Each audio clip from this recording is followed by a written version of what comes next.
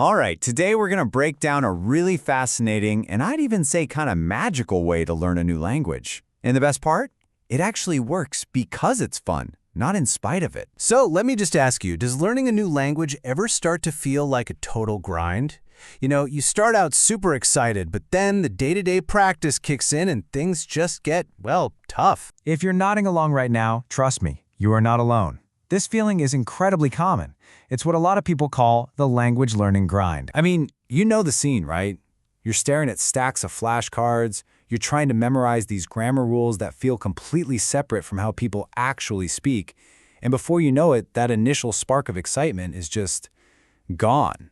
It's a really frustrating cycle. But what if there was a way to totally break out of that cycle? A way to bring the joy, the immersion back into your learning, all by using something you probably already know and love. I mean, what if the answer wasn't about trying harder or being more disciplined, but just finding a better story? Imagine using a story you already know by heart, say something like Harry Potter, to turn language practice from a chore back into a genuine adventure. And this brings us to what's famously called the Harry Potter method. Now, the whole idea is actually pretty simple. You use a book, inside and out, along with its audiobook, to create this really low-stress, immersive learning space. It's all about just soaking up the language through a story you love without all the pressure of formal study. Okay, so how does this actually work? Like, what do you do? Well, it all boils down to a surprisingly simple two-step process. And that's it. No, really. First, you listen to a chapter in your native language. Then, you read and listen to that exact same chapter in the language you're trying to learn. It sounds simple, but it is incredibly effective. So, why is that first step so important? Well, when you listen in your native language first, you're basically creating a complete mental blueprint.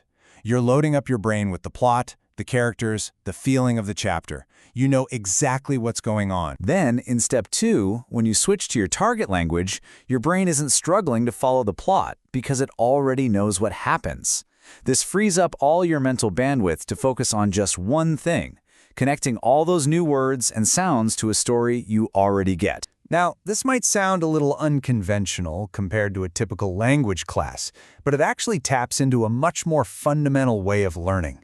In fact, it's pretty much how we all learned our very first language. This whole thing taps right into the way we first learned to speak. I mean, think about it. Children don't study grammar tables, right? They're just surrounded by language, they hear stories over and over, and through all that repeated, meaningful exposure, they just kind of absorb it. This method lets you, as an adult, do the exact same thing. And this really shows you the two different ways to go about it. On one hand, you have traditional academic study, which is all about memorizing rules, often totally out of context. But with this method, it's about absorbing the language through an amazing story, completely in context. You get to bypass that analytical part of your brain that wants to pick apart every single rule, and you just get to experience the language. You know, it's the difference between studying a map and actually going out and exploring the city. Okay, so the theory is really compelling, but what about the results? Let's talk about the actual tangible benefits that people see when they use this method. First off, your listening comprehension gets a massive, massive boost. By hearing hours and hours of a native narrator, your ear just naturally starts to pick up on the real rhythm and flow of the language, how it's actually spoken by real people. Second, you expand your vocabulary without ever looking at a flashcard.